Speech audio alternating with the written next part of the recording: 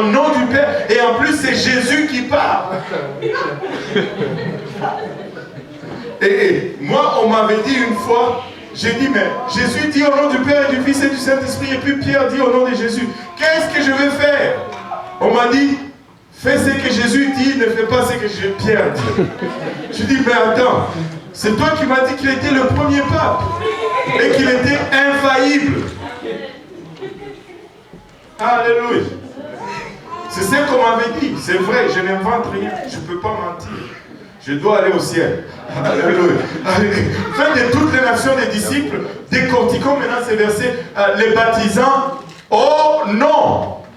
Singulier. Que tout le monde dise au nom. Oh non. Singulier. A-U-N-O-M. Pas de X et pas de S. Et ce n'est pas une faute grammaticale. C'est une révélation spirituelle.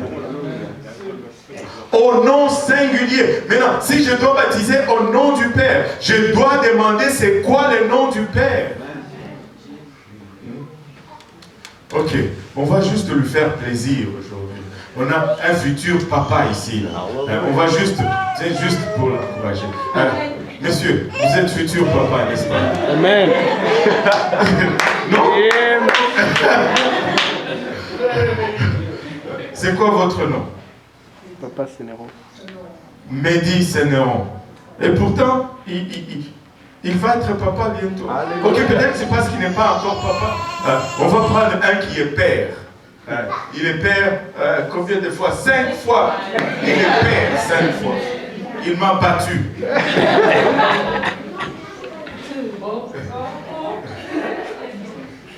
C'est moi qui prêche, ok? Bon. Et comment vous appelez, monsieur? Il s'appelle Luc Edner. Et Luc, c'est son nom de famille, en fait. Oui. Luc, c'est son nom de famille. Edner, c'est son prénom. C'est son nom. Il y a un autre qui est fier comme un pain ici. Peut-être que les autres ne comprennent pas le français. Lui, comme, tu sais, c'est un Camerounais. Ce sont des gens instruits, ces gens. C'est quoi votre nom, monsieur? Kamga. Il ne me dit pas père. Il me dit son nom. C'est quoi le nom du Père? C'est quoi le nom du Fils? C'est quoi le nom du Saint-Esprit? Et je vais baptiser dans ce nom. C'est ça, obéir. Il y a une différence entre obéir et répéter. Si tu répètes, tu n'obéis pas. Pour obéir, il faut chercher le nom. Et déjà, il y a une indication forte. Au nom, singulier. Ça veut dire qu'il y a combien de noms? Un seul nom. Mais il y a combien de noms dans ce verset? Vous avez appris. Hein? Il n'y a pas de nom dans ces versets. Père n'est pas nom, n'est pas un nom. Il faut que tu ailles chercher le... Maintenant, Ésaïe 9, verset 5, nous donne une révélation qui nous permet de comprendre. Car un enfant nous est né et un fils nous est donné. Et on parle de qui ici? Jésus. Alléluia. C'est qui le fils? Jésus. C'est qui l'enfant? Et la domination reposera sur son épaule. On l'appellera admirable. Qui est admirable? Jésus. On l'appellera conseiller. Qui est conseiller? Jésus. On l'appellera Dieu puissant. Qui est Dieu puissant? Jésus. On l'appellera Père éternel. Qui est Père éternel? Jésus. On l'appellera Prince de la paix. Qui est Prince de la paix? Il est le Père éternel. Jésus est le Père éternel. Alléluia. Il est le Père éternel. Le nom du Père, c'est Jésus. Le nom du Fils, c'est Jésus. Le nom du Saint-Esprit, c'est Jésus. Parce que quand tu dis Saint-Esprit, tu es en train de prendre les deux attributs fondamentaux de Dieu et tu les mets ensemble. Physiquement, Dieu est esprit. Amen. La Bible nous dit Dieu est esprit. Ceux qui l'adorent, l'adorent en esprit et en vérité, car il est esprit. Amen. Mais moralement, Dieu est saint. il est saint. Il n'a pas de péché. Nous, quand on nous dit nous sommes des saints, c'est parce que nous aspirons à lui. Mais quand on dit que lui, il est saint, c'est parce qu'il n'y a pas de péché. Il est saint. Donc, physiquement, il est esprit, moralement, il est saint. Et ce sont les deux attributs fondamentaux de Dieu. C'est quoi les deux attributs fondamentaux de Dieu? C'est ceux qui dictent tous les autres attributs de Dieu. Par exemple, il est saint et il est amour. Mais sa sainteté vient avant son amour. C'est pourquoi la sainteté est fondamentale. C'est sa sainteté qui donne direction à son amour. Si c'était le contraire, ça n'allait pas fonctionner. Parce qu'il est saint d'abord, il peut aimer le pécheur et il ne peut pas aimer le péché. Parce que c'est sa sainteté qui dicte son amour. Il n'aime pas le péché, mais il aime le pécheur.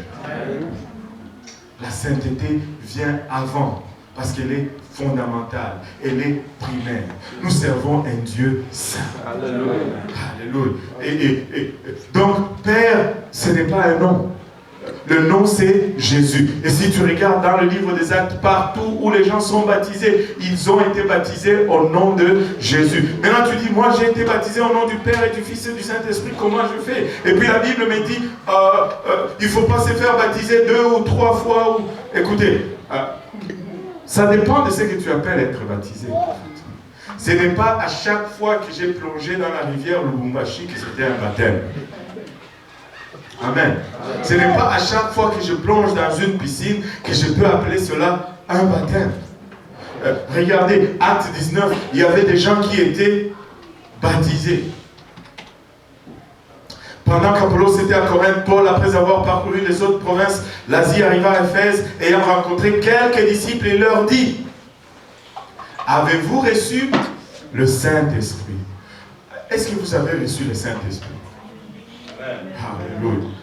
Avez-vous reçu le Saint-Esprit quand vous avez cru? Il lui répondit, nous n'avons pas même entendu dire qu'il y ait un Saint-Esprit.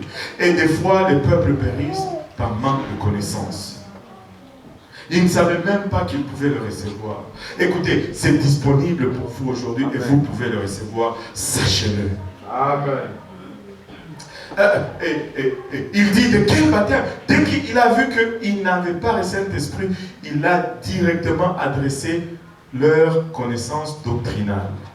De quel baptême avez-vous donc été baptisés? Ils répondirent du baptême des gens.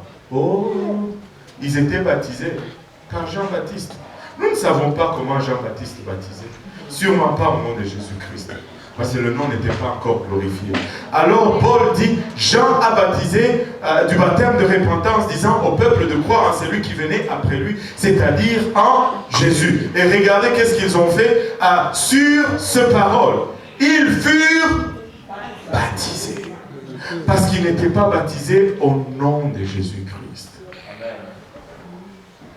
Et ils ont été baptisés au nom du Seigneur Jésus. Si tu enlèves le nom de Jésus-Christ dans le baptême, ton baptême devient juste un daim.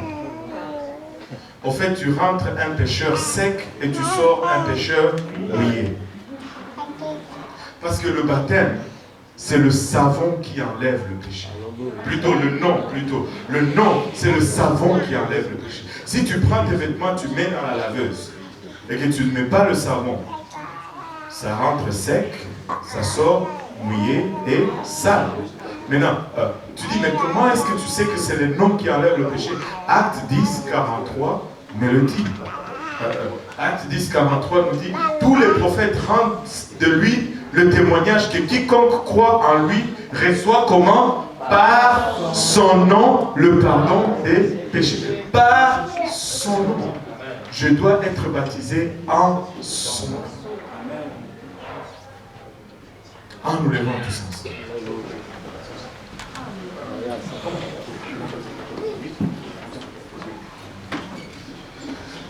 Aujourd'hui, tu peux changer ton identité.